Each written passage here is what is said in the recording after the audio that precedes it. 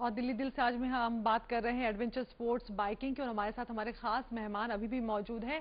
साहिल, आपसे जानना चाहेंगे कि जब कोई आपके पास आता है आप उसे किस तरीके से ट्रेन करते हैं और क्या क्या दिक्कतें पेश आती हैं इसमें? हम स्टार्टिंग से ही उसे यही कहना चाहते हैं कि अगर आपको कोई भी चीज़ करना है तो ये समय अनुसार ही होता है। आप ऐसा नहीं कर सकते आप पहले ही दिन बहुत बड़े स्टंटर बन जाए। आपको हम ऐसे ऐसे ट्रीट करते हैं कि आपको हर चीज़ बेसिक से सिखाते हैं और हर चीज़ को बेसिक पे ही कंट्रोल करना सिखाते हैं। जब वो बेसिक पे कंट्रोल करना सीख जाता है उसके बाद हम उसे एडवाइस करते हैं कि आप इसे नेक्स्ट लेवल पे ले जाइए and do it in this way and do it in that way. जी, प्रतीक, आप पढ़ाई भी कर रहे हैं, 19 साल के हैं आप, लद्दाख भी जाना चाहते हैं, कैसे मैनेज करते हैं सब कुछ?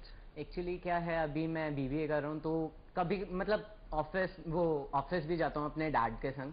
तो थोड़ा बहुत मैनेज करना पड़ता है। डैड से तो परमिशन लास्ट टाइम मैंने बड़ी मुश्किल से ली थी। मे बी इस साल थोड़ा ढंग से दे दें, वो जल्दी दे दें।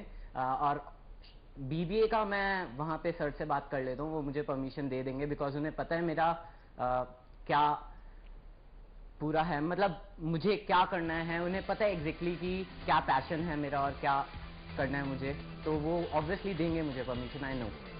चलिए, हम उम्मीद करते हैं कि आपको सही वक्त पे परमिशन मिल जाए। इस आपसे जानना चाहेंगे, हम एडवेंचर स्पोर्ट्स की बात करें, बाइकिंग की बात करें, किस किस्म की दिक्कतें पेश आती हैं? सरकार का उदासीन रवैये से हम सब वाकिफ हैं। स्पॉन्सरशिप की बात करें, किस तरीके से दिक्कतें पेश आती हैं आपके सामने?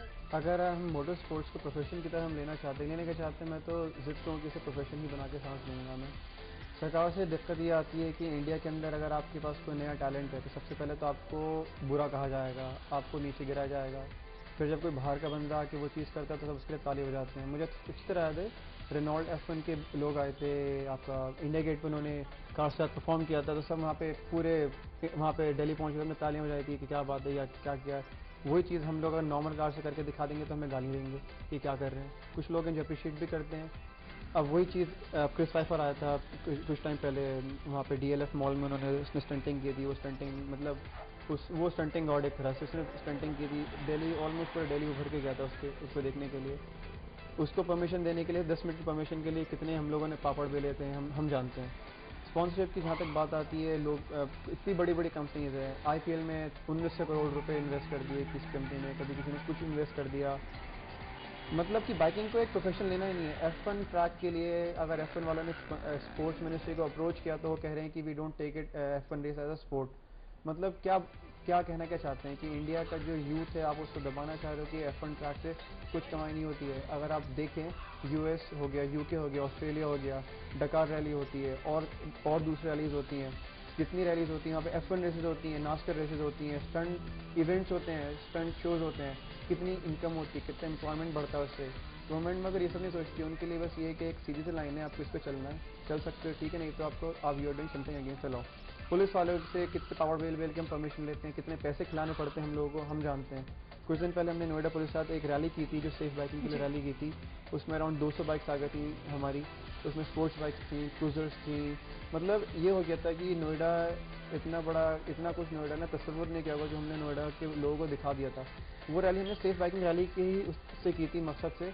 तो उसके अंदर सब हम एक पीछे आगे चल रही थी, फिर एक हमारी सफारी थी, उसके पीछे मैं था और फिर हमारा पूरा क्लब था, दो की फॉर्मेशन में हम सब थे कि अब सड़क पे चल रहे हैं तो किस तरह चलेंगे, क्या क्या चीज़ें आपकी बाइक में ज़रूरी होनी चाहिए, ब्रेक्स सब कुछ चेक करना है। मतलब सबको एक एडवाइस किया था क्योंकि कॉमनवेल्थ गेम्स आ रहे हैं, इंडिया पूरे एक वर्ल्ड के सामने एक्सपोज होने वाला है। अगर आप बेसिक से स्टार्ट नहीं करोगे तो इंडिया की जो इमेज आएगी वो तो हम सब जानते हैं। लेकिन समाज के प्रति जिम्मेदारी भी बखूबी आपका क्लब जिम्मेदारी निभाता हर है। एक की है, मगर वो ये ना कौन उसे निभाना चाहे। बिल्कुल। प्रतीक, आपसे यहाँ पे जानना चाहेंगे, जिस तरीके से बता रहे हैं ईसा, काफी दिक्कतें हैं इसे प्रोफेशन बनाने में, लोग इसे इसे इजीली एक्सेप्ट नहीं करते। कभी आपने अपने माँ बाप से कहा है कि मैं BBA करने के बाद, पढ़ाई करने के बाद मुझे इसे अपना करियर बनाना है? क्या रिएक्शन रहा है उनका? घर वाले सच एक ही चीज़ कहते हैं, ये चीज़ छोड़ दे, इट्स नॉट फॉर यू। मेरे को समझ नहीं आता, अगर मैं क्या कहते हैं हिंदू हूँ या वट एवर, मैं जो भी हूँ, अगर मैं मतलब इस चीज़ में आगे बढ़ना चाहता हूँ तो मेरे घर वाले क्यों नहीं मुझे प्रमोट करते, मेरे को क्यों नहीं बढ़ावा देते कि तू कर, कोई बात नहीं, हम तेरे साथ हैं। इवन क्या कहते हैं कोई भी, हर कोई बंदा लेह लद्दाख और even Lucknow and we are planning to go Mumbai, ऐसे ट्रिप्स नहीं कर पाता on normal bikes, but we did because हमारे में वो पावर है, हम वो चीज़ कर सकते हैं, दैट्स व्हाई वी डिड ना। ओके प्रतीक, तो बहुत संक्षेप में आप जानना चाहेंगे साहिल, आपका कोई ऐसा अनुभव जो बताना चाहेंगे आप हमें बहुत संक्षेप में?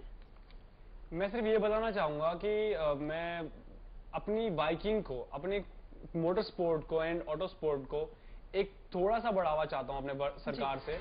एंड बाकी मैं खुद करके दिखा दूंगा। मैं बहुत मेहनत करूंगा, मेरे अंदर जो पैशन है मैं उसे बाहर निकालूंगा और पूरे इंडिया की यूथ की तरफ ले जाऊंगा और सबको इससे इंट्रोड्यूस करवाऊंगा।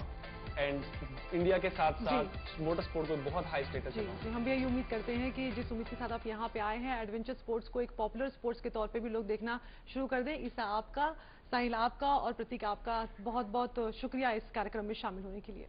नमस्कार। तो आपको कार्यक्रम कैसा लगा? DDS लिख कर SMS करें 59090 पर, तो फिर होगी आपसे मुलाकात। लेकिन फिलहाल हमें दीजिए इजाजत। सहारा नाम।